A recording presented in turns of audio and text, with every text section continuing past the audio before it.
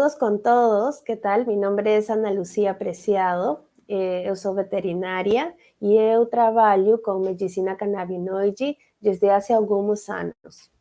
Eu pertenço na Associação Peruana de Medicina Cannabinoide e também na Associação Latinoamericana de Medicina Veterinaria Cannabinoide. El día de hoy, aquí, en este Congreso CobraCan, agradezco la invitación, les voy a presentar un reporte de caso clínico de una enfermedad muy particular, la lisencefalia. El título de esta charla es Uso de fitocannabinoides en pacientes convulsivos, reporte de caso clínico de lisencefalia y otro. Antes que nada, quisiera darles una pequeña capsulita de el uso histórico de cannabinoides en la medicina veterinaria. Esto lo extraje de una presentación del doctor Russo, y nos cuenta de que desde el año 1965 ya se utilizaba preparados de cannabis en la India para manejar ciertas afecciones en vacas, por ejemplo, como antihelmíntico también. Incluso, por ejemplo, en el año 1838 ya se tienen reportes del uso de cannabinoides como estimulante del apetito, como relajante muscular, en tétanos, como anticonvulsivante y antirreumático. También se utilizaba, por ejemplo, para manejar el cólico y el dolor urinario en Italia, la inflamación intestinal. En el año 1886 y ya se había reportado por Greswell, que es un autor bastante conocido porque es uno de los primeros autores de las farmacopeas veterinarias. Por ejemplo, para el año 1887 en Inglaterra ya se utilizaba también para manejar convulsiones, tos, tétanos. Incluso aquí, por ejemplo, vemos que hay reportes en Estados Unidos, en Escocia, para manejar enteritis y vólvulo y como analgésico, antiespasmódico en equinos. Aquí hay un recorte de la farmacopea veterinaria del año 1886 y aquí está escrito el uso de fitocannabinoides para manejar coria en perros y aliviar un poco los espasmos producidos por tétanos, por ejemplo. Ahora les voy a hablar un poquito sobre el sistema endocannabinoide. Un sistema endocannabinoide comprende una gran parte de todo nuestro complejo sistema de comunicación intracelular. En nuestro cuerpo hay una comunicación constante que se da por moléculas químicas, por neurotransmisores.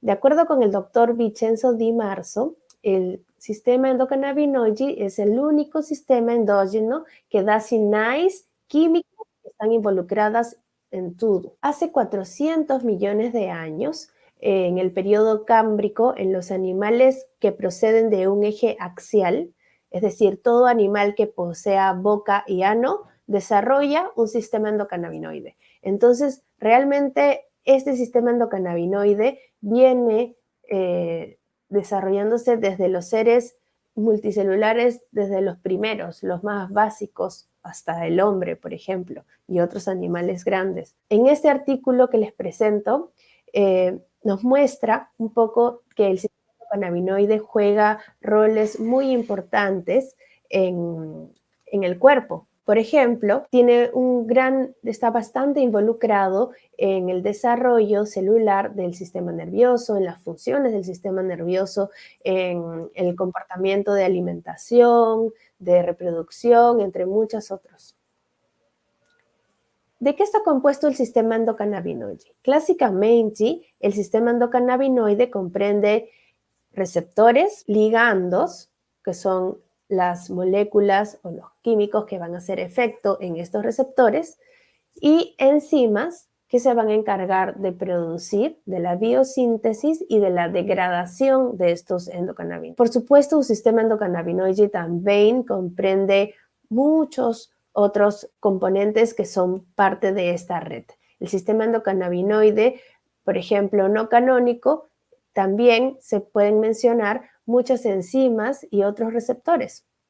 Los receptores más conocidos son los receptores CB1 y CB2, pero también están los receptores GPR55, TRPV1, 5HT1A. Todos estos receptores tienen una distribución particular en todo el cuerpo y van a tener que ver con muchas funciones, ya sean inmunológicas, inflamatorias, neurológicas, etc. El sistema endocannabinoide produce de manera endógena sus ligandos, como son la anandamida y el 2-AG. Estos son los endocannabinoides que produce el cuerpo. También hay algunos otros, pero estos son los más conocidos. Estos van a cumplir funciones importantes de regulación. Y estos endocannabinoides se van a ligar a receptores, particularmente receptores CB1 y CB2, pero también, como hemos visto, hay muchos otros. El CB1 y el CB2 están distribuidos de manera particular en todo el cuerpo. Básicamente, los receptores CB1 están de manera abundante en el sistema neurológico. Pero, por ejemplo, los receptores CB2 estarán distribuidos más en el sistema inmunológico, por ejemplo, en todas las células, incluso intracelulares también. Y, por ejemplo, ambos receptores también podrían estar al mismo tiempo en un tejido, cumpliendo diferentes funciones. Entonces, hay una distribución particular, pero también están por todo el cuerpo. Un poquito sobre cómo se sintetizan estos cannabinoides es a través de un proceso de la homeostasis del calcio. El calcio aumenta por alguna razón que la célula está expresando, como por ejemplo hiperexcitabilidad, y a partir de la membrana celular de estas células que se están comunicando, se obtienen la materia prima para generar endocannabinoides. Entonces, estos endocannabinoides siempre se van a generar a demanda en el lugar de comunicación celular. Y como hemos visto, provienen de lípidos, y estos lípidos básicamente, por ejemplo, omega 3, son de los principales precursores para que se sinteticen estos endocannabinoides. Hay una particularidad en cuanto a la señalización endocannabinoide. Normalmente, la señalización entre dos neuronas es que la neurona presináptica libera una cantidad de químicos, de neurotransmisores, a otra neurona que lo recibe, que sería la neurona posináptica. En el caso del sistema endocannabinoide, como es un sistema que reacciona ante una necesidad a demanda en el lugar de acción, ahí se generan los endocannabinoides. Entonces, esta señalización se le conoce como señalización retrógrada. Es muy importante porque es, digamos que, una reacción a una comunicación previa. En lugar de que la neurona emisora sea quien libere los químicos, en este caso los endocannabinoides, es la neurona receptora quien lo hace para regular la acción de la neurona presináptica, para modular su actividad. El sistema endocannabinoide tiene la particularidad de ser un regulador. Esa es su función principal, la homeostasis. Es por eso que para muchas situaciones la modulación de este sistema endocannabinoide es muy importante para regular muchas situaciones, como por ejemplo aquí les presento un recorte de un artículo en el que se ven todas las vías del dolor, toda la señalización de las vías del dolor hasta llegar al sistema nervioso central y generar la percepción del dolor. Todo ese camino, que también, por ejemplo, pueden suceder muchas situaciones inflamatorias y todo, pero aquí solo para dárselos como un ejemplo, todo ese camino desde que hay un estímulo nociceptivo en una terminación nerviosa, desde aquí empieza toda una expresión de receptores cannabinoides. Por ejemplo, receptores CB1 y CB2 van a estar expresados de maneras particulares, ¿no? Por ejemplo, los CB1 en las mismas células nerviosas y los CB2 y por igual en los receptores de las células inmunológicas, como aquí, por ejemplo, esto podría ser un mastocito liberando ahí citoquinas, ¿no? Entonces, todo este camino está lleno de receptores para el sistema endocannabinoide, receptores CB1 y CB2. Es por eso que en afecciones neurológicas, el usar fitocannabinoides, que son los cannabinoides derivados de las plantas, pueden ser de gran ayuda para regular este sistema endocannabinoide. Ahora un poquito yéndonos más de cerca en cuanto a la distribución de los receptores cannabinoides en el sistema nervioso central, en perros. porque eso es lo que nos interesa revisar un poquito ahora, porque estamos hablando de casos de epilepsia en perros. En perros, por ejemplo, les presento este artículo de la distribución espacial de los receptores CB1 en cerebros normales de perros. Y se ha visto, digamos, que en dónde hay más expresión de receptores CB1, en qué partes. Y se ha encontrado, por ejemplo, de que en el sistema nervioso central, a nivel del hipocampo, por ejemplo, hay una gran expresión de receptores. Pero, por ejemplo, los perros, en diferencia que humanos, presentan una concentración un poquito más alta de receptores CB1. Hay un mayor número de receptores CB1 que, por ejemplo, en humanos. Es por eso que los perros podrían ser un poco más sensibles a ciertos ligandos de estos receptores CB1, ¿no? Entonces, eso hay que tenerlo en cuenta. La expresión de los receptores CB1 está, por ejemplo, aquí hay un recorte, ¿no? Bastante marcada en algunas capas de los giros y las circunvoluciones en el cerebro. Esto se ha visto en modelos de ratones con epilepsia, por ejemplo. También aquí les presento un recorte en el que vemos una comunicación intercelular. Y esta es una comunicación del sistema endocannabinoide y del sistema nervioso por igual. Y por ejemplo tenemos neuronas que se están comunicando, pero también otras células como son los astrocitos y la microglía. Estas células también están involucradas en toda la transmisión eléctrica. Y en caso de epilepsia, tenemos que prestarles atención. Los astrocitos particularmente, que son células que se pueden inflamar bastante después de una convulsión, presentan una marcada expresión de receptores CB1.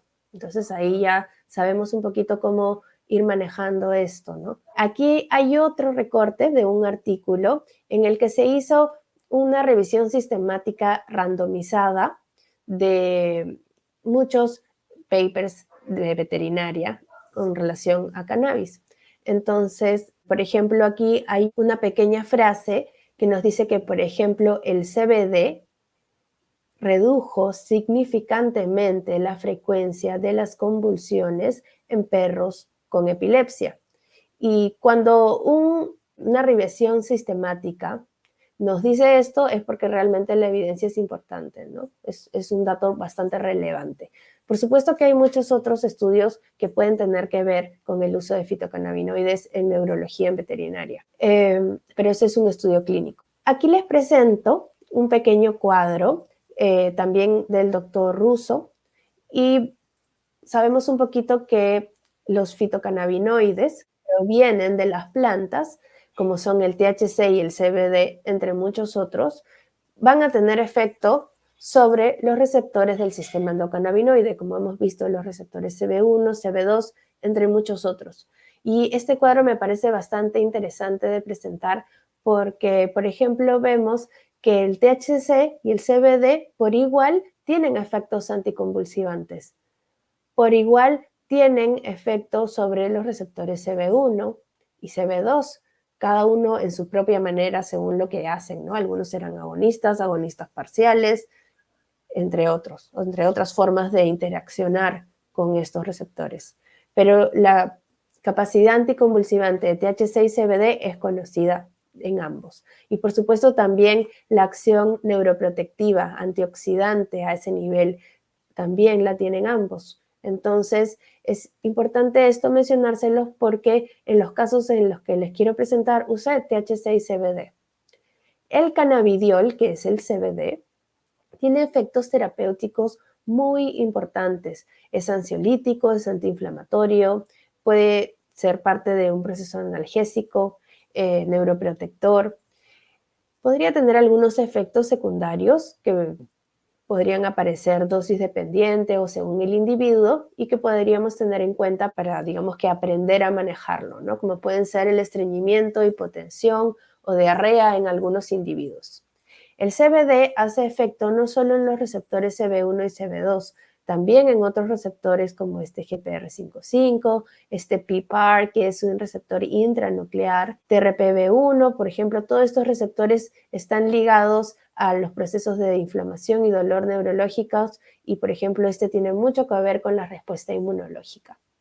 También el CBD puede tener un efecto modulatorio sobre receptores del sistema opioide endógeno. El CBD tiene una acción antiinflamatoria muy interesante y aquí solo es un recorte de un estudio que se hizo viendo cómo la relación entre el CBD y el factor de necrosis tumoral. El factor de necrosis tumoral sabemos que es una citoquina que se libera en procesos inflamatorios y se supo que CBD redujo significantemente, en este caso, que es un estudio en ratones, hasta 48% redujo la liberación del factor de necrosis tumoral. En este estudio, en este recorte, se hizo un análisis randomizado, doble ciego, del efecto de dosis orales de cannabidiol en perros con epilepsia idiopática refractaria y que ya tomaban como adición a otros medicamentos. Entonces es bastante interesante los resultados que tuvieron. Por ejemplo, las crisis bajaron de 4 a 2.7% en el primer mes de tratamiento. Y a los 3 meses de que se inició este estudio, algunos perros disminuyeron hasta el 50% de sus crisis. Eso es un dato bastante interesante para perros con epilepsia refractaria. El cannabidiol, el CBD, como no actúa directamente sobre los receptores CB1, como si lo hace el THC, por ejemplo, pero tiene otras vías por las que genera un efecto anticonvulsivante. Por ejemplo, está que puede disminuir la liberación de glutamato y esto lo hace a través de su conexión con algunos canales de transmisión iónica, por ejemplo, esos receptores TRP y también otras formas por las que hace efecto, como es la inhibición del reuptake de adenosina. Esto ya es mucho más profundo, son, digamos que las bases moleculares de cómo es que el CBD es anticonvulsivante, pero en estos estudios vemos cómo es realmente su efecto anticonvulsivante en cuanto al tratamiento de epilepsia refractaria. Y de hecho son datos interesantes. En este caso, por ejemplo, lo que vieron es de que de todas maneras hubo una reducción significante de la frecuencia convulsiva, y aunque la muestra era pequeña de perros y ellos pudieron ver de que en algunos perros las concentraciones de CBD, digamos que se hacían un poquito más concentradas, valga la redundancia, en algunos perros que tomaban unos ciertos medicamentos y otros. Entonces, aquí ya que nos dice que podemos ver un poco más acerca de la farmacocinética de los fitocannabinoides respecto a otros fármacos que también estén en circulación, porque el CBD particularmente hace un efecto en el hígado en el que el metabolismo de otras sustancias podría ser un poco más lento, incluso podría ser demorarse un poco más en bajar la concentración. Entonces, para perros con polifarmacia, con polimedicación, perros, gatos o cualquier otro animal que consuma cannabidiol, hay que tener en cuenta esta situación que se genera con las enzimas del citocromo P450. Esto ya es ir un poco más profundo, pero vale la pena mencionarlo. Siempre para tener una idea de las interacciones, algunos fármacos pueden ser reducidos en su dosificación debido a este efecto del CBD. Ese es el resumen de este pequeño dato que les estoy dando.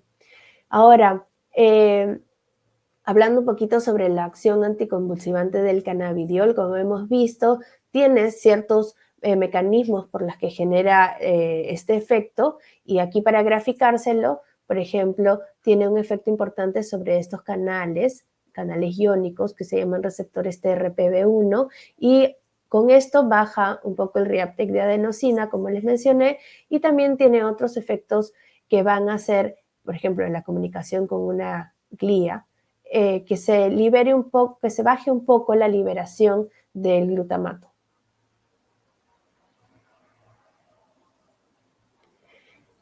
Bueno, esto es un poquito lo que les había comentado, ¿no?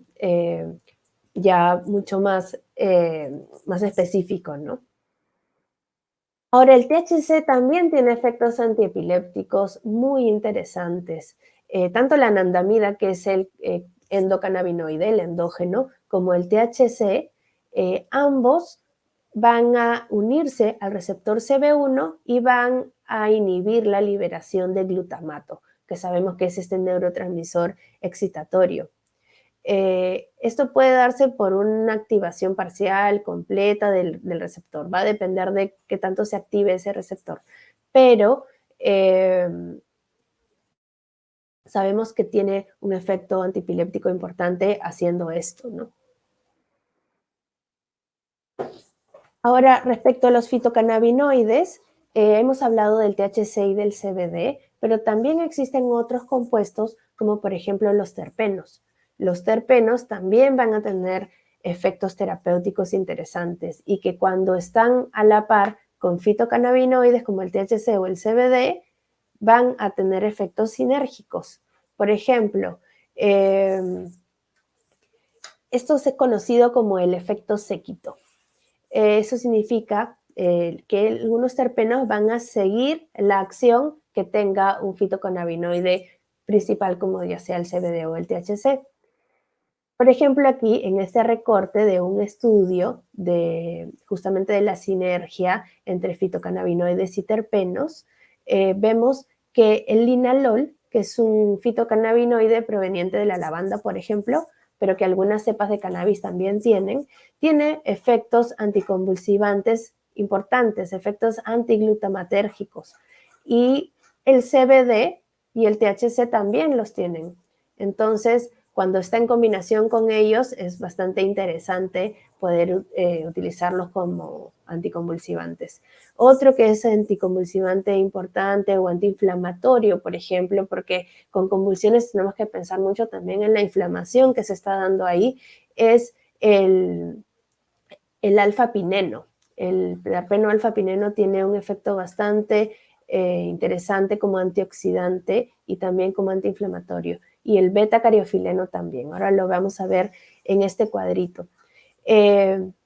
Una cosa particular sobre la sinergia es que la sinergia, yo les pongo aquí que 1 más 1 no es 2, es 4.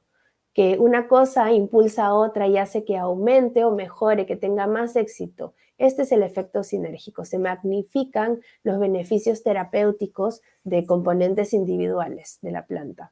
De modo que el impacto medicinal de toda la planta es mayor que la suma de sus partes. Esta es la razón por la que muchos de los médicos que trabajamos con fitocannabinoides promovemos el uso de espectros completos de la planta para justamente poder tener este efecto sinérgico, ¿no? Este cuadrito es muy interesante y está bueno para hacerle un screenshot porque tienes aquí los diferentes cócteles que se pueden tener entre cannabinoides y terpenos para manejar alguna afección. Y hablando de convulsiones, por ejemplo, tenemos aquí el THCV, que es un tipo de THC, digamos que un poco más joven, y el CBD y el linalol. Entonces aquí tenemos una mezcla interesante anticonvulsivante. En mi caso, para muchos de mis pacientes también agrego una acción antiinflamatoria, como por ejemplo tenemos ahí al betacariofileno y el alfa-pineno que les mencioné en conjunto con CBD. Y bueno, un poquito hablando sobre la modulación del sistema endocannabinoide. A modulação do sistema endocannabinoide, es muy importante mencionar que la vía de señalización de este sistema es compleja y está en todo el organismo y tiene algunos ejes importantes, como por ejemplo el eje que hay entre el sistema neurológico y el sistema digestivo, porque el sistema digestivo, el intestino, tiene mucha inervación, muchas fibras del sistema nervioso y estas fibras están llenas de receptores cannabinoides. Entonces es muy importante cuando hacemos endomodulación, cuando hacemos terapia con fitocannabinoides, tener en cuenta este eje, por ejemplo. Y esto es conocido como el sistema endocannabinoide expandido o endocannabinoidoma, la relación que hay entre todo esto. Y es muy importante que podamos tener en cuenta Esto cuando le estamos dando fitocannabinoides a un paciente. Si nosotros pensamos en esta relación, podemos trabajar a un paciente desde su intestino, desde su metabolismo, para poder llegar a modular el sistema endocannabinoide realmente, ¿no?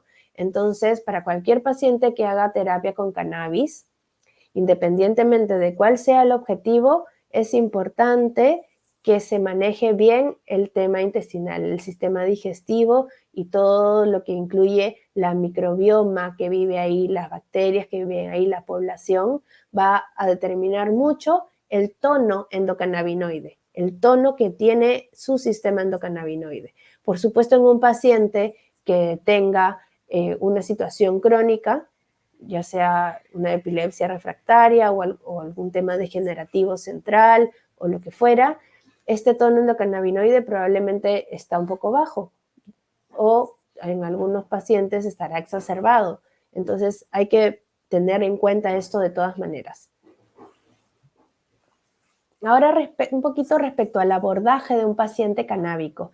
Como en toda práctica, hay que hacer una evaluación completa del paciente, tanto valoración de sus síntomas, pero también de todo lo que haya recibido. En mi caso recibo muchos pacientes derivados de otras especialidades como en neurología, como por ejemplo oncología, traumatología. Entonces, tengo que valorar bien toda su documentación, el pronóstico que le hayan dado antes, cuál es su situación, cómo fue antes también, cómo es ahora, y un poquito también una anamnesis muy extensa, ¿no? Y en cuanto a la medicación que esté tomando, porque muchas veces los pacientes a los que llegan a usar cannabinoides ya vienen con toda una historia de medicación, vienen con polifarmacia, tenemos que valorar las posibles interacciones entre algunos fitocannabinoides y lo que estén tomando, o las sinergias también, porque podría ser que algún paciente venga tomando, por ejemplo, opioides y sabemos que hay una sinergia ahí. Entonces, todo esto hay que valorarlo, es muy importante. La farmacogenómica también es importante. Y esto es, por ejemplo, ¿cómo es metabolizador este paciente? ¿Es un metabolizador normal?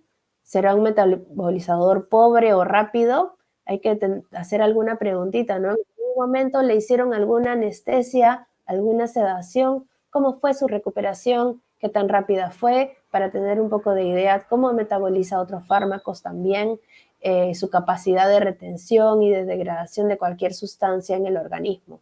Y esto se puede tener los datos a partir de una anamnesis detallada, ¿no? Es muy importante.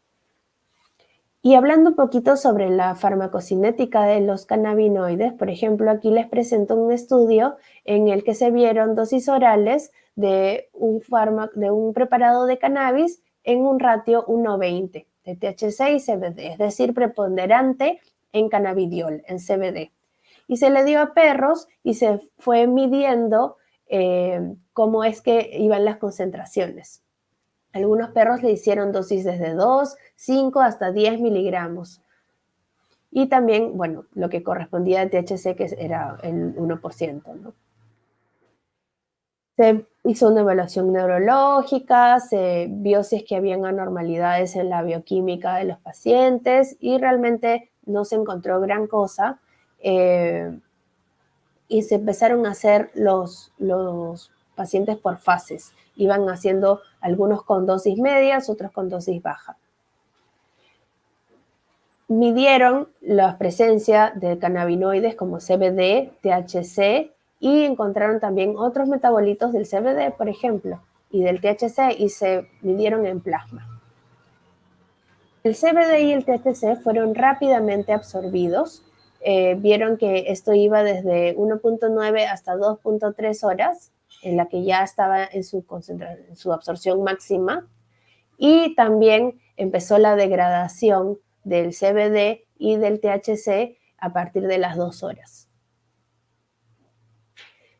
Se vio si es que habían signos neurológicos, por ejemplo, hiperestesia o déficit propioceptivos. Y bueno, se encontró que en los perros de de altas dosis, en 6 de estos perros se vieron un poco de estos signos neurológicos, pero raramente encontraron esto en los perros de dosis media o dosis baja. Aquí están hablando que la dosis más alta es de 10 miligramos por kilo. Los perros aparentemente desarrollaron una buena tolerancia a los cannabinoides después de varias dosis. Esto suele suceder en la práctica clínica también. Y bueno, no se encontró ningún cambio clínico significativo, ni cambios en la sangre, incluso después de múltiples dosis. Entonces, este estudio es bastante interesante de revisar para cualquiera que quiera conocer un poquito más de cómo podría reaccionar un perro frente a diferentes concentraciones de cannabinoides, específicamente, por ejemplo, de algo preponderante en CBD. Respecto al CBD también, les dejo esta pequeña curva. Esto lo saqué de una presentación del doctor Dustin Sulak, en la que nos contó que el CBD hace una curva simétrica en cuanto, digamos que a la dosificación. Es decir, que uno empieza con dosis baja y a cierta dosis ya tenemos, digamos que en este caso, ¿no? Del efecto antiinflamatorio. A cierta dosis tenemos un efecto antiinflamatorio interesante, lo más antiinflamatorio que podamos llegar, pero luego el CBD, a medida que las dosis aumentan, empieza a disminuir esos efectos buscados, ¿no? Y ya se generan otras situaciones. Entonces, esta particularidad con el CBD hay que tenerlo en cuenta porque la dosificación gradual es muy importante. Hay que ir siempre de menos a más, empezar lento y seguir aumentando lento para encontrar la dosis. Y esto también comunicárselo al tutor de la mascota para que tenga la paciencia de hacer un tratamiento dosificado, titulado de a pocos, ¿no? Porque si es que queremos hacer tratamiento a largo plazo, que en los casos de epilepsia buscamos hacer tratamiento a largo plazo, tenemos que ir con mucha cautela. Bueno, antes de autorizar un tratamiento con cannabis, también siempre hay que preguntarse muchas cositas, ¿no? Si es que el paciente tiene contraindicaciones, si es que hay algún riesgo. No será lo mismo un paciente epiléptico de 4 años que un paciente con convulsiones de 15 años, ¿no? Entonces hay muchas cosas que evaluar. Y respecto, por ejemplo, a qué, bueno, quiero usar cannabis con este animal, veo que sí es candidato, ¿y qué uso? ¿No? Dependerá mucho de cuál sea nuestro objetivo. Y por ejemplo, aquí les presento este recorte que me parece una gráfica bastante sencilla y básica para quien recién esté empezando a tener más o menos una idea, no poder ya aterrizar lo aprendido en cuanto a CBD, receptores y tal. Por ejemplo, si es que hubiera una inflamación severa, o dolor neuropático, neurológico, por ejemplo, o un tratamiento de cáncer, probablemente quisiera usar más THC. Entonces, buscaría productos que sean de espectro completo, ¿no? Los que provengan de marihuana, de cannabis, de su versión que tiene más THC. Si yo quisiera manejar un poco más alguna situación crónica o algún tema en el que el sistema inmunológico esté alterado o algún tema comportamental, de comportamiento, digamos, de que en el que necesito utilizar un poquito más CBD, buscaré utilizar plantas que provengan, por ejemplo, de cáñamo. El cáñamo, que es la variedad industrial de la cannabis, tiene más concentraciones de CBD. Esto sí es que queremos más o menos tener una idea, ¿no? De a qué va. Pero no siempre nos vamos a ir a un extremo o al otro. Buscamos hacer un equilibrio entre lo que necesita el paciente y será cada vez diferente. Aquí en el Perú contamos con formulaciones magistrales, es decir, esto es farmacia de manipulación. Nos podemos mandar a preparar compuestos que tengan cannabinoides, terpenos en diferentes concentraciones y también en diferentes ratios. Los ratios son como las proporciones que hay entre un cannabinoide y otro. Y hay algo que ya está estandarizado que son los quimiotipos. Por ejemplo, si yo quiero un quimiotipo THC predominante o de repente CBD predominante, como ese estudio que vimos que era uno que era un ratio 1:20, o de repente un quimiotipo balanceado entre CBD y THC. Dependerá de mis objetivos y del paciente, ¿no? Por ejemplo, algo que sea CBD predominante será más antiinflamatorio, será anticonvulsivante, ¿no? Algo que sea balanceado nos va a ayudar un poquito con ambas cosas, pero conociendo el ratio vamos a saber los efectos de la medicina, ¿no? ¿Cuál es el perfil de esa medicina? Y conociendo la concentración, porque no será lo mismo que yo mande a preparar de 200 miligramos, de 500 miligramos, de 1000 miligramos, al 2%, al 3%, al 5%, al 10%. Entonces, conociendo esa concentración es que yo voy a poder hacer una correcta dosificación.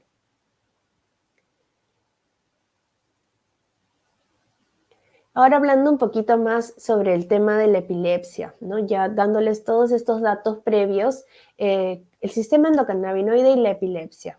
A epilepsia é uma das doenças neurológicas crônicas mais comuns em cães. Está caracterizada por convulsões recorrentes e o sistema endocannabinoide desempenha um papel central na supressão de excitabilidade neuronal patológica e no controle da propagação da atividade em uma rede epiléptica. Aí nós estamos vendo qual é o papel central do sistema endocannabinoide com a epilepsia. Os endocannabinoides são liberados em demanda e sua desregulação tem sido descrita em diversas condições patológicas. Os endocannabinoides van a tener mucho que ver con la regulación de una posible convulsión.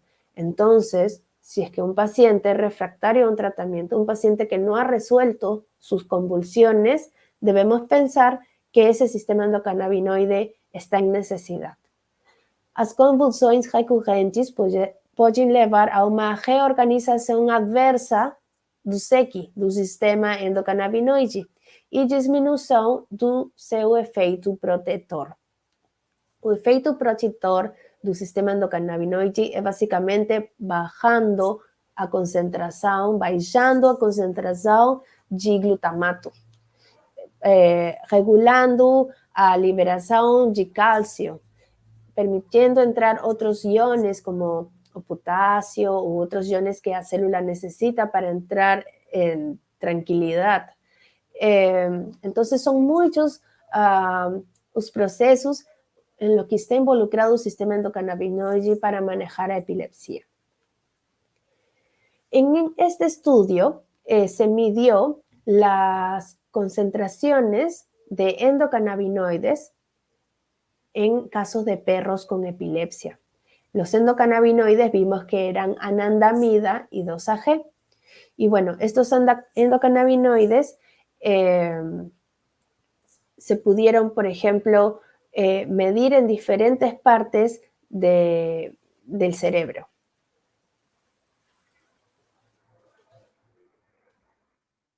Por ejemplo, se encontró que los niveles de anandamida en perros con epilepsia idiopática eran medianamente altos, pero más de lo regular. Iban entre 3 hasta 9 partes por millón, un promedio de 4 partes por millón, lo que encontraron de la presentación en perros epilépticos. Pero en perros control, por ejemplo, era mucho menos. Por ejemplo, en los perros en los que estaban en estatus epiléptico o estaban recibiendo, estaban teniendo convulsiones tipo clúster en racimo, este tipo de convulsiones genera mucha inflamación y encontraron que los niveles de anandamida en esos casos estaban bastante altos.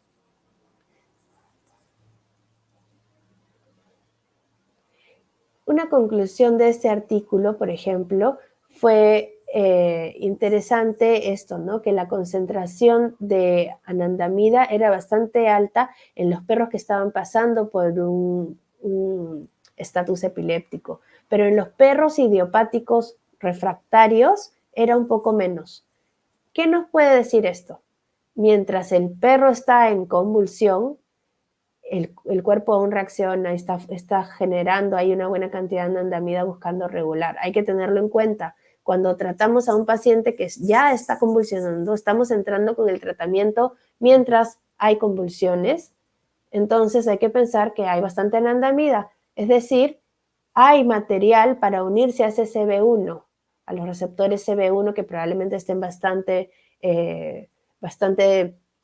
prendidos.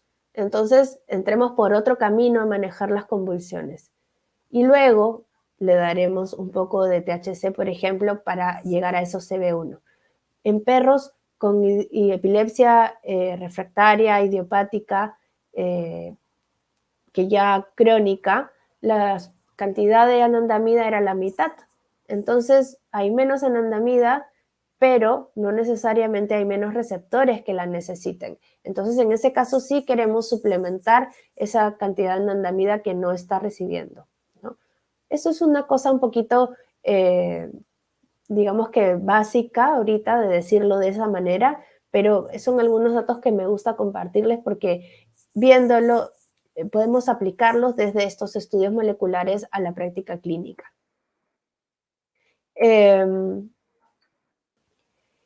Una cosa que me gusta de este artículo que dice que a pesar de que los endocannabinoides se sintetizan a demanda, es decir, cuando el cuerpo los necesita, hay que pensar que hacer tratamientos con estos endocannabinoides pueden ser de una gran estrategia contra la epilepsia. Y es por eso que los tratamientos con fitocannabinoides son bastante exitosos. Y ahora vamos con los casos clínicos. Un poquito sobre los receptores cannabinoides en perro. Habíamos visto que CB1 está bastante marcado a nivel central. Les presento el caso de este paciente canino de 4.6 anos, Shih Tzu, derivado da neurologia com diagnóstico de epilepsia estrutural e licencefalia. Tiene una historia de convulsões tónico-clônicas generalizadas com sinais autonômicos, salivação e micção, iniciada aos 2.5 anos. Aos 2.5 anos de idade, este cachorro começou a mostrar epilepsia.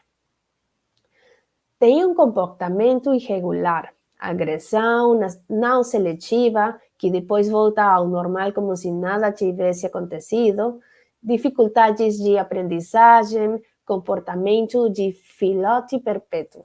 É um cachorro sempre, é um filhote sempre. ¿Qué pasaba con este perrito? Él tenía muchas convulsiones. Se hizo una resonancia magnética, un MRI, y se encontró que tenía lisencefalia.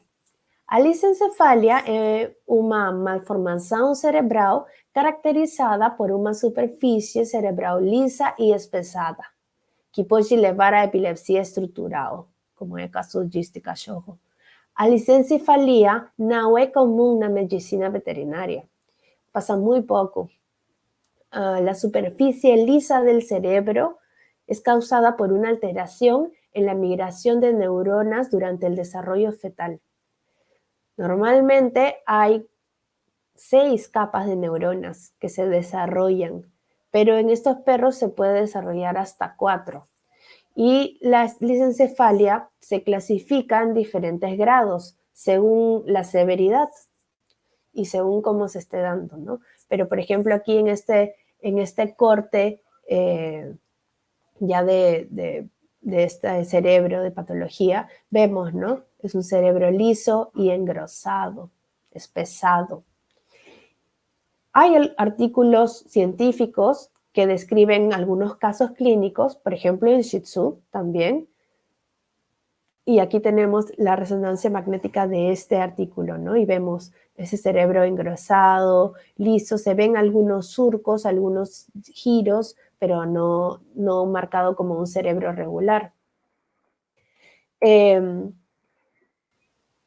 existe como que también una ausencia, no solo de las circunvoluciones, sino también de los giros. Y esto tiene mucho que ver con la clasificación de la lisencefalia, ¿no? Si es que hay agiria, que es la ausencia de estas circunvoluciones, o paquigiria, que es como, es anormal, ¿no?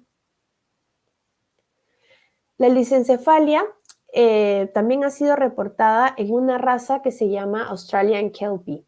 Estos perros se evaluaron aquí y se vio, por ejemplo, que además de que recibían un tratamiento con fármacos, se menciona en este artículo, para los que se quieran acercar, que se utilizaba un tratamiento también a base herbal, no especificado, se menciona así, pero que yo, yendo más profundo, supe que era cannabis desde hace tiempo que se venía utilizando aquí.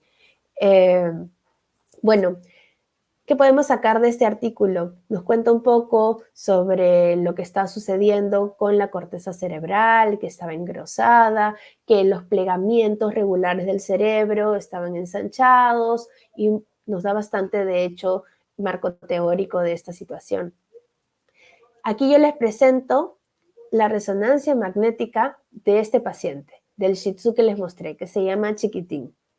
Y vemos, por ejemplo, el clásico engrosamiento del cerebro, la falta de surcos, de plegamientos. Los hay algunos, pero realmente no todos. Entonces, tenemos este caso clásico de lisencefalia aquí. Aquí hay un recorte de cómo se vería en resonancia magnética un cerebro regular, ¿no? No podemos ver las circunvoluciones y los giros.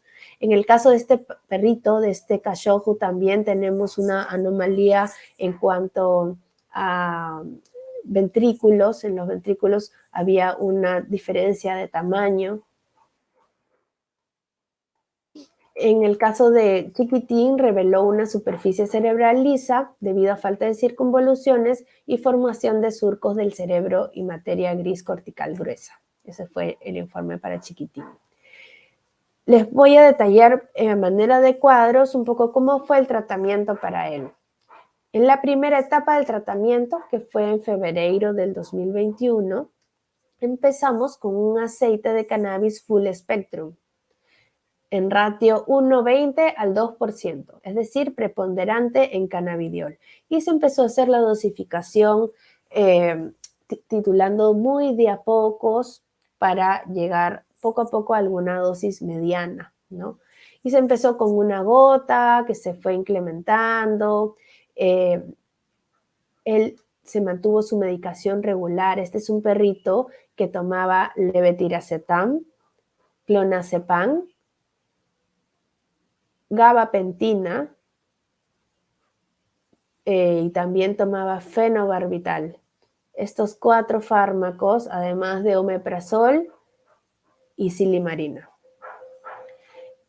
Toda esta polifarmacia con la que llegó al principio se mantuvo, pero ya para finales de este mes, al primer mes de tratamiento, buscamos reducir un poquito las dosis de algunos fármacos, justamente por este efecto que hace el CBD en el hígado de bloquear un poco el metabolismo. Entonces, ayudándonos de eso, logramos bajar un poco la dosificación de algunos de sus fármacos.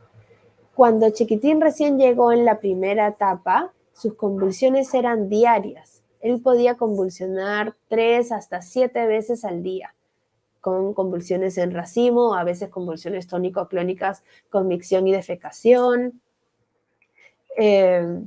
Para finales del primer mes, ya se aumentó un poquito la dosificación y ya lo hacía 3 veces al día, y se agregó un aceite de ratio 1:1, es decir, un aceite equilibrado al 2%, y se empezó a dosificar lentamente también, siempre haciendo controles mensuales de este paciente.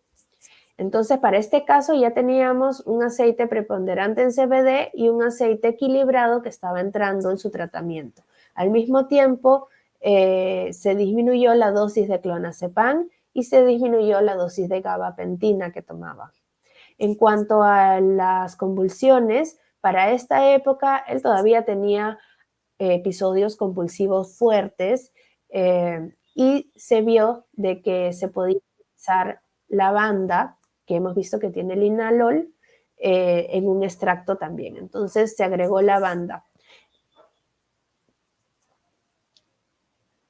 Otra cosa que sucedió con él en el siguiente mes, por ejemplo, es que además de que estábamos con los dos aceites ya, cannabidiol y el equilibrado, se empezó a tratar de distribuir en qué momento se daba uno o el otro o en qué momento ambos mezclados, ¿no?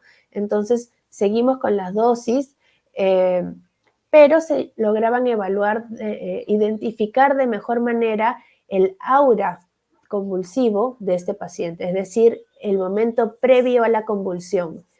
Y se sugirió a la tutora empezar a hacer dosis de rescate. Y las dosis de rescate iban repitiendo la dosis anterior inmediata cuando ella identificaba un aura.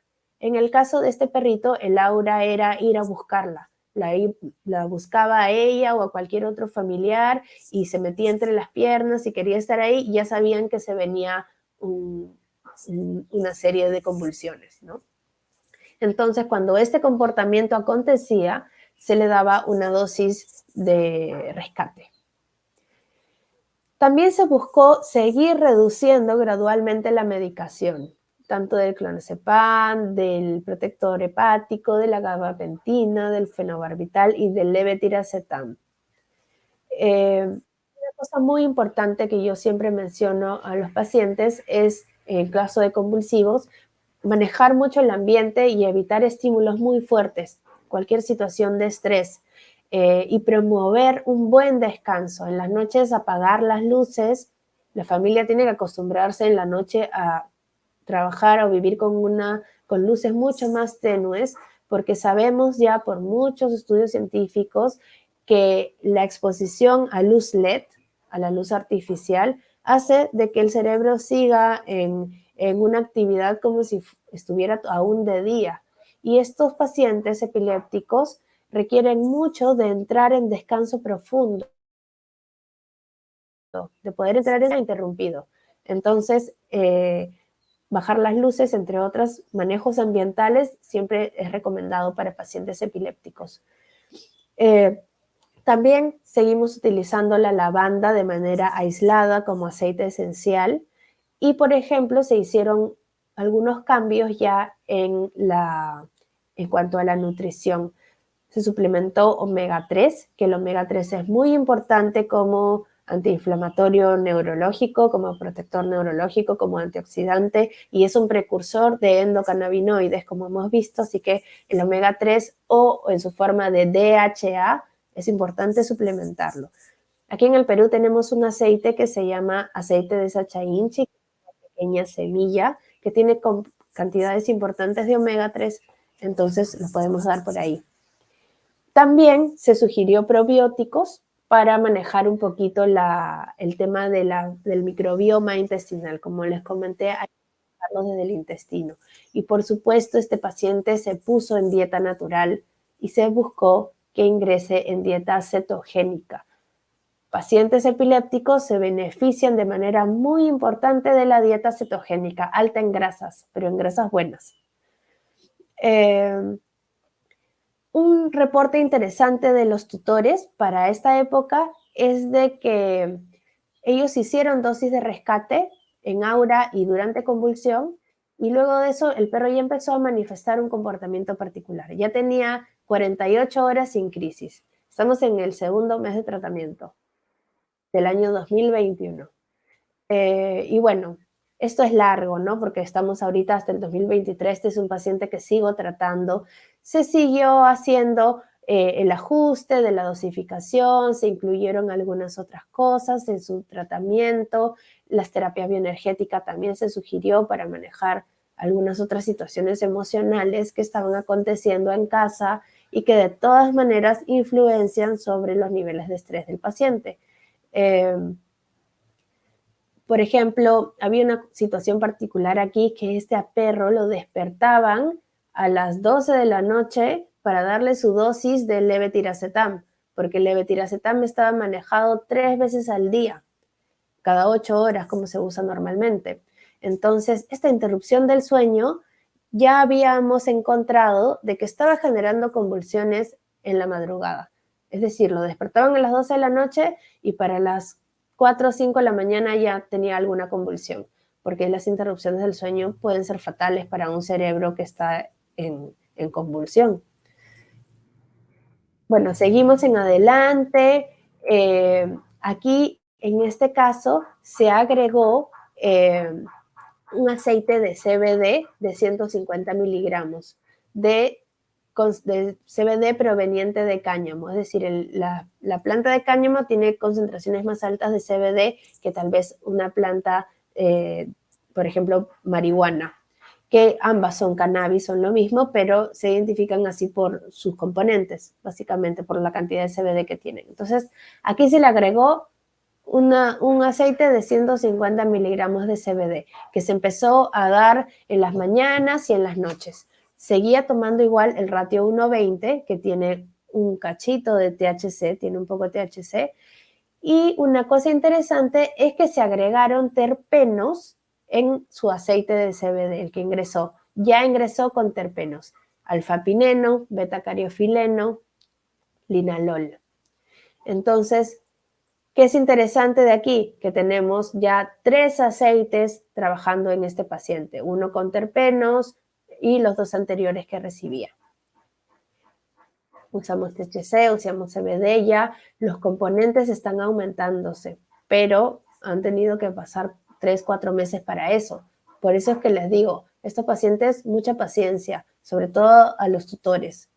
Y seguimos ajustando la dosificación, la dieta. Se sugirió, si es que habían convulsiones, en este caso ya las convulsiones eran cada 2 o 3 días. Para agosto ya se logró reducir un poco la dosis del levetiracetam, la gabapentina ya se había retirado y nos quedábamos con fenobarbital y clonazepam también. Entonces vamos bajando un poquito, han bajado ya todas las dosis, pero solo se ha podido retirar la gabapentina hasta ese momento y bueno, se siguió haciendo seguimiento del paciente. Se sugirieron las dosis rectales de CBD durante las convulsiones. Entonces, esto se empezó a hacer y de hecho fue bastante exitoso con este paciente. Lo que se hizo fue diluir el aceite de CBD que tenía con un poco de aceite de oliva para que le sea como vehículo y los dueños aprendieron a ponerlo de manera rectal cuando habían convulsiones. En el recto se absorbe bastante bien. Bueno, ya para el año siguiente, también ya se hicieron algunos cambios en cuanto a suplementos que recibía, en cuanto a probióticos. Estamos tratando de manera mucho más interesante el intestino, la flora, ya estaba en dieta cetogénica y seguimos ajustando la medicación. Igual seguía tomando su fenobarbital, levetiracetam, clonazepam y sus 3 aceites, CBD de 300, el ratio 1:1 y el 1:20 aún lo tomaba. Pero ya el 1:20 había sido reducido bastante y solo lo empezó a tomar una vez al día. Actualmente, este paciente, ya ahorita para fines de mayo del 2023, es un paciente que convulsiona mucho menos, que ha disminuido su agresividad, que mejora su desplazamiento, que ahora ya no tiene convulsiones tónico-clónicas, son mucho más suaves. Incluso el aura, el periodo previo a la convulsión, son mucho más marcadas, más identificables y dura más tiempo. Los tutores tienen más tiempo de actuar antes de una convulsión. Incluso en algunos casos solo lo han llamado o le han dado un poco de atención y de cariño en el aura y eso ha logrado que la convulsión a veces ni siquiera llegue a aparecer. Ha tenido algunos espasmos esporádicos, pero las convulsiones son otra cosa, ya no hay defecación, son convulsiones muy suavecitas, incluso que se han localizado y sobre todo que se han lateralizado de una manera bastante interesante. Los periodos interictales, es decir, entre convulsión y convulsión, son mucho más largos y sí es interesante mencionar de que aquí, 2023, esto empezó el 2021, se hace un periodo de descanso de cannabinoides cada 6 o cada 3 meses, según la necesidad. Hacemos descanso de cannabinoides, digamos que para resetear un poquito ese sistema endocannabinoide y que él pueda seguir utilizando sus dosis sin que haga una tolerancia. Las dosis de CBD se han ido bajando paulatinamente, es decir, hicimos esa curva que vimos en estos años. Empezó, subió sus dosis, encontramos cuáles eran las dosis en las que ya él mostraba mejoría y si es que en algún momento nos estábamos pasando, empezamos a bajar, a bajar, a bajar. Y las dosis que toma hoy son las mínimas posibles. Aquí este cuadrito que es un poco de resumen de su actividad convulsiva y cómo empezó, ¿no? Para febrero del 2021 tenía muchos temas con el sueño, no dormía de corrido, tenía más de 2 convulsiones al día, tenía convulsiones en clúster, en racimo. Luego, para mayo ya las convulsiones eran interdiarias y era una sola convulsión, ya no en racimo, ya no clúster, una sola convulsión, más suave e interdiaria. Para, por ejemplo, agosto del 2021, para fines de año del 21, ya hacía 2 o más convulsiones al mes. Y por eso desde ahí, desde el 2021 hasta el 2022, realmente no hemos tenido mucho reporte. Aquí ya lo ajusté porque era bastante parecido. Tuvo casi un año completo en el que se mantuvo así. Siguió tomando cannabis sin interrupción. Y para el siguiente año, para el 2023, ya nos cuentan los propietarios de que tiene 1 o 2 crisis cada 10 o 15 días. Que las crisis suelen ser seguidas, pero que se dan cada 10 a 15 días, ¿no? Entonces esto es un cambio bastante interesante, bastante marcado. La dueña, por ejemplo, aquí les doy este recorte, ¿no? Nos dice que está bastante activo, súper inteligente, que cuando yo recién lo conocí me contaban los tutores que más bien era un perro con dificultades de aprendizaje, que no conectaba bien, que reaccionaba agresivo con todo alrededor y ahora está mucho más activo, pero más conectado, ¿no? Y también que ya le da cada 10 a 15 días solo 1 o 2 veces y la recuperación es rápida. Entonces, esto de aquí les he traído un pequeño videíto de la tutora, que mejor que lo puedan escuchar de ella, y cómo ha sido su experiencia, ¿no? Es un caso bastante particular. Ya está. Ya. Bueno, hola, mi nombre es Pamela Villanueva, mi perrito se llama Chiquitín, tiene 5 años. Mi perrito comenzó a tener convulsiones cuando tenía 2 años y medio, un mes después de que mi mamá falleció. En un primer momento Bueno, con la doctora lo relacionamos, que podría haber sido por eso, y luego, con el doctor Ramos, que es neurólogo, nos recomendó hacer una resonancia y salió que tenía lisencefalia, ¿no? Y producto de eso estaba teniendo convulsiones. Las convulsiones empezaron de 3, 4 diarias, se hacía la pichi en cualquier horario, en cualquier hora. Estuvo en tratamiento con farmacología desde más o menos agosto, septiembre del 2020, y de ahí fue avanzando hasta que llegué a las manos de la doctora y empezamos con cannabis. En realidad fue probar porque no sabíamos todavía su dosis. Primero tomaba el 1.1, luego el 1.20, luego avanzamos con el CBD y así poco a poco ha ido avanzando hasta que hemos encontrado su dosis exacta, creo, en combinación con las pastillas y medicina que toma. En total toma mucha medicina, pero hemos ido disminuyendo algunas, ¿no? Ahorita nos hemos quedado con el CBD, con el 1.1 y con el 1.20, que nos ha ayudado bastante. Ahora mi perrito le da su crisis cada 20 días, 15 días, en algunas ocasiones hasta casi un mes ha llegado sin crisis. Y antes, que le daba su crisis con normalidad, se demoraba en restablecerse, ¿no? O sea, se demoraba 30 minutos, todavía estaba así, 20 minutos, ¿no? Pero ahora con el cannabis se restablece al toque, o sea, rapidito, ¿no? O sea, le da rápido su crisis, a veces ni siquiera le da crisis, es solo espasmo y se restablece rápidamente. En realidad yo recomiendo el cannabis para perritos, para mascotas en general, porque si no, no sé si mi perrito hubiera aguantado ya 5 años, ¿no? O sea, en total ya tiene más de 2 años con cannabis y le ha ayudado bastante. Perfecto, muchas gracias. Bueno, ella nos cuenta cómo ha ido evolucionando su tratamiento, cómo ella misma aprendió a hacer la dosificación, menciona cómo encontramos la dosis para su perro, ¿no? Y cómo la fuimos ajustando también.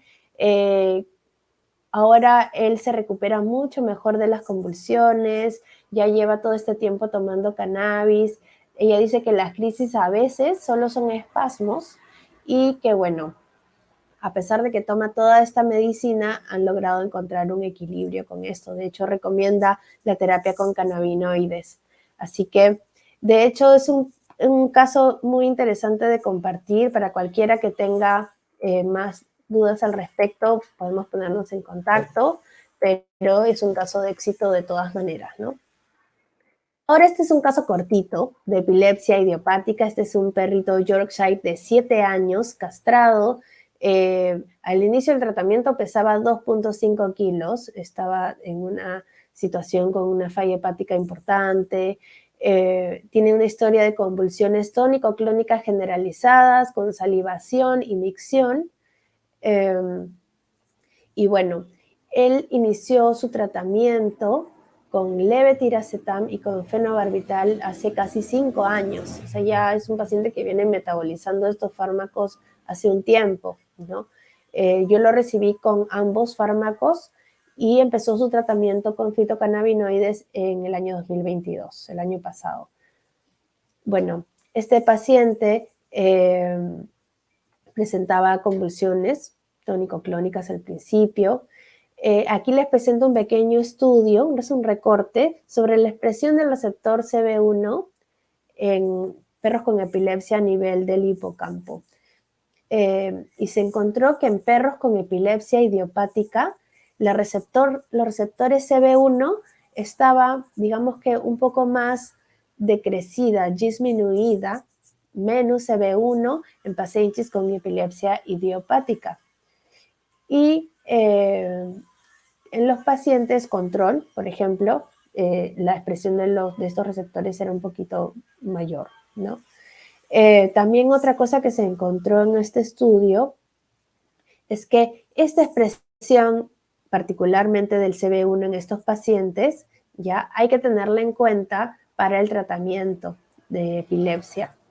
Entonces, sabemos que a nivel hipocampal hay una expresión particular de CB1, sabemos que los pacientes con epilepsia idiopática presentan un poquito menos de estos receptores. ¿Por qué será? ¿No? Tal vez porque ya hay un desgaste del sistema endocannabinoide. Entonces, digamos de que tal vez ya los receptores todavía les falta un poquito más para expresarse. En otros pacientes con, por ejemplo, con epilepsia estructural, como es del perrito anterior, epilepsia estructural hace referencia a epilepsia que tenga cambios que se deban a algún cambio anatómico estructural en el cerebro o en el sistema nervioso. Entonces, estos pacientes sí presentaban una expresión de estos receptores CB1 más alta que los perros con epilepsia idiopática. Esta diferenciación, como les dije al principio, es interesante para orientar el tratamiento. En este perrito, por ejemplo, tal vez utilizaré THC, que va sobre el CB1, en una dosis mucho más pequeña y tal vez con menos frecuencia, ¿no?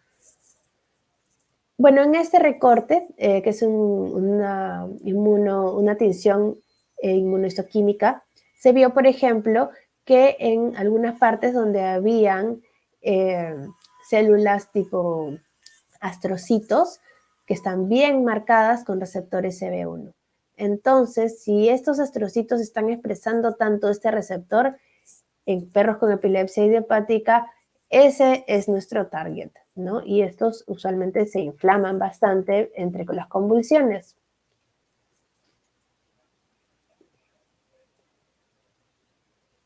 Bueno, esta diferencia que hay entre la expresión del receptor CB1, tanto en perros con epilepsia idiopática, también se ha encontrado en modelos de ratones y en modelos de epilepsia por el lóbulo temporal en humanos. Entonces, es una particularidad de la expresión en perros epilépticos. Aquí un poquito lo que les contaba, ¿no? La expresión de CB1 y en astrocitos, en los perros controles, los perros que no tienen ninguna enfermedad, los perros con idiopática y los perros con epilepsia estructural, ¿no? Hay que tener en cuenta esto para ver qué utilizamos. ¿Qué se utilizó con este perrito? Empezó en septiembre del 2022, sus convulsiones eran en racimo, duraban entre una hora y media, que se iban soltando estos racimos de convulsiones, ¿no? Es lo que mencionan los propietarios, los tutores. Ya tomaba 100 miligramos de fenobarbital al día para un paciente que, recuerdan, 2.7 kilos y tomaba 100 miligramos de fenobarbital, es bastante, y convulsionaba por una hora y media. Entonces, imagínense el nivel inflamatorio de esos astrocitos y a nivel central de este paciente. Bueno, empezó con fitocannabinoides y empezamos con un aceite ratio 1:20. El 1:20, como conocemos, en este caso es 1 de THC y 20 de CBD, es decir, preponderante en cannabidiol. También con él directamente empezamos con terpenos, alfa-pineno, beta-cariofileno y linalol. Estos tres fueron elegidos básicamente por su acción antiinflamatoria y anticonvulsivante. Empezó toda la dosificación para llegar a tomarlo hasta 3 veces al día e ir suplementando de a poco estos fitocannabinoides que vayan haciendo efecto. Por supuesto, se hicieron cambios a nivel del sistema digestivo. El paciente entró en dieta cetogénica con bastante grasa buena, se le dio suplemento de omegas, vitamina A, D y E, que son neuroprotectoras. También se buscó manejar el microbioma intestinal desde la boca, porque este es un paciente con una periodontitis severa, con de hecho halitosis bastante marcada. Entonces empezaron a hacer limpiezas vocales con carbón activado como principal, como principal limpiador para neutralizar un poquito la carga bacteriana, y se le dieron probióticos. Además, también en perros como él, me gusta utilizar un poco de aceites esenciales de manera de aromaterapia y, por ejemplo, este perrito siempre le ponían pipetas activas y decidimos de que se suspendan para que haya menos cosas que metabolizar y que se utilice de alguna forma natural. Utilizó aceite de citronela y romero que le ayudaron como repelente. También se utilizó el aceite esencial de lavanda por su contenido de linalol y se recetó también terapia bioenergética al paciente y a los tutores. Para octubre del 2022, todavía tenía convulsiones en racimo, ¿ya? Pero ya no orinaba, ya no había micción y defecación durante las convulsiones. Las convulsiones también eran menos intensas, se ratio 1:20 en la mañana y en la noche. Se sugirió inducir el sueño un poco más temprano, porque los tutores de este perrito quedaban despiertos hasta la madrugada, hasta las 2 de la mañana, con luces, pantallas, y el perrito siempre estaba con ellos. Entonces él estaba expuesto a esto constantemente hasta tarde.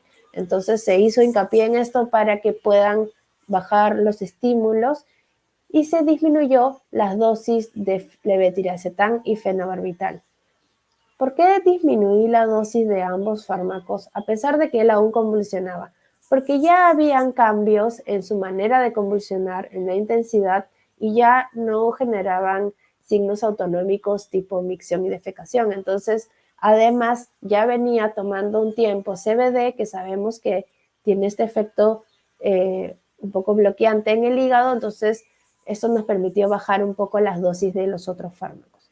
La recuperación post-convulsión es mucho mejor que antes, según lo que reportan los tutores. Es mucho más rápida su recuperación. Y convulsionaba solo una vez al día. Eso también es interesante. Para noviembre del 2022 ya se incluyó el aceite ratio 1:1, un aceite equilibrado. Yo suelo ingresar con 1:1 cuando quiero poner un poquito de THC y observar resultados y empezar desde ahí, empezamos desde ahí. Los terpenos continuaron, ya se manejaban solo 2, alfa-pineno y linalol, y se hizo toda la dosificación. También, por ejemplo, se mantuvo todo el tema de la dieta y las limpiezas vocales, la suplementación con omegas. Para diciembre de ese año, el perro hizo una cistitis que fue tratada, pero sin embargo, las convulsiones ya eran una vez a la semana. Se agregó aceite de CBD de 200 miligramos y se retiró el levetiracetam. Ya logramos sacar una droga.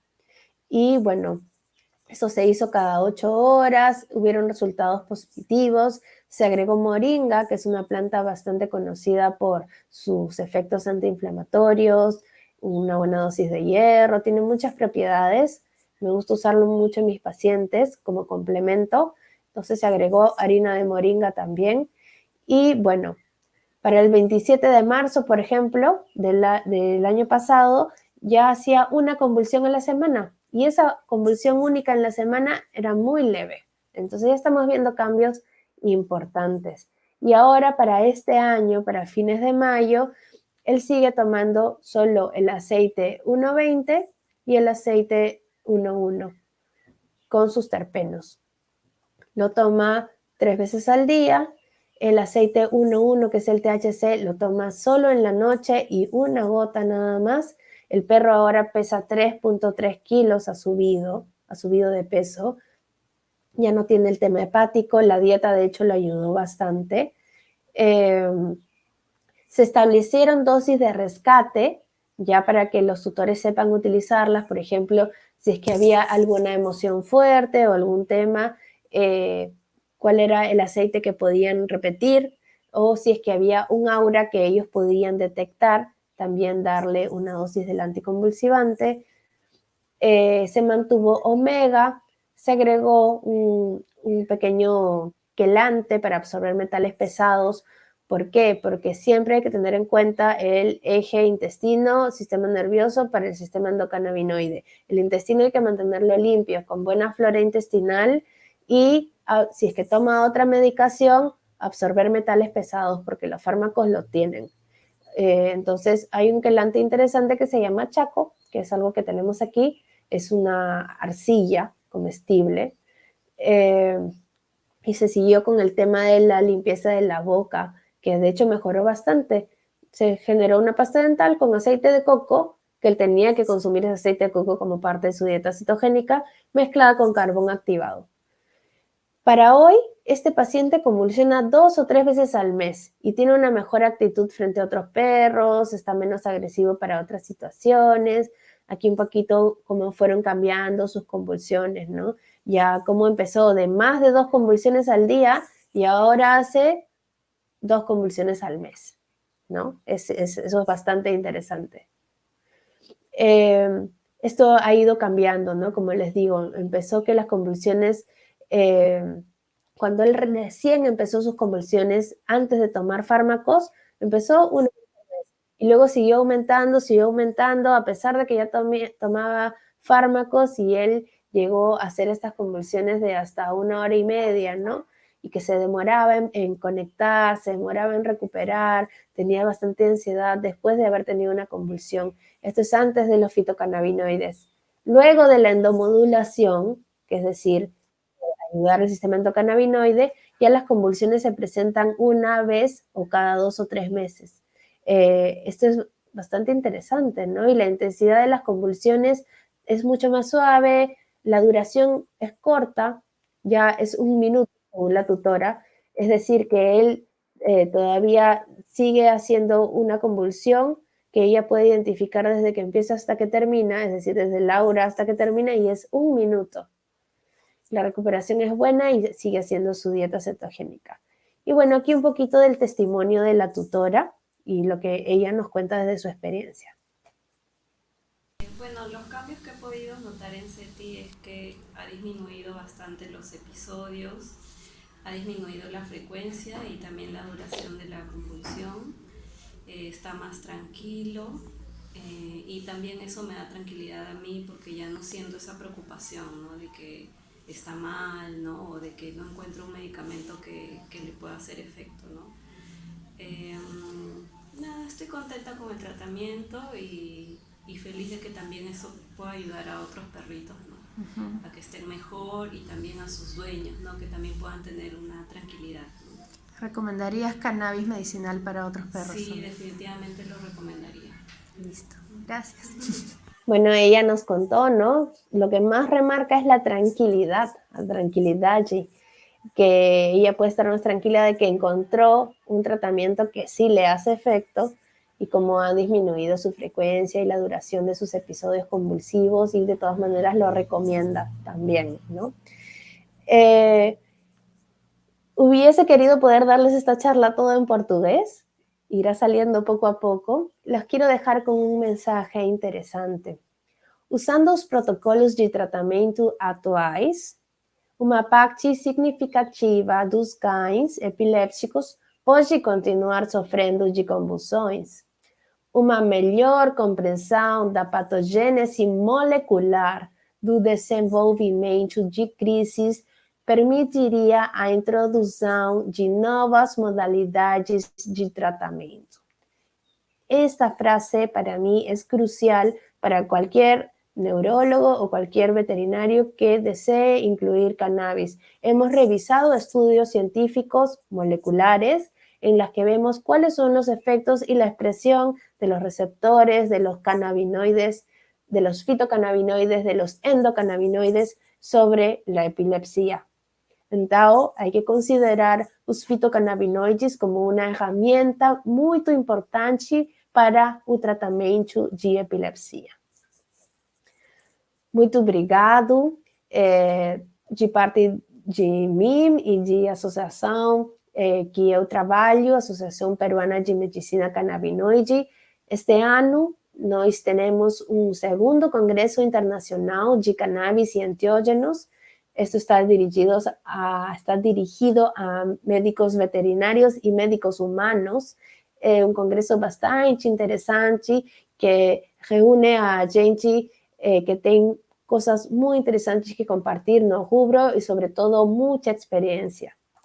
14 y 15 de septiembre aquí en Perú, para quienes estén interesados se pueden contactar con la página web o conmigo. Aquí les dejo mis datos para cualquier pregunta o cualquier sugerencia, lo que ustedes deseen, estoy para servirles. Muchísimas gracias.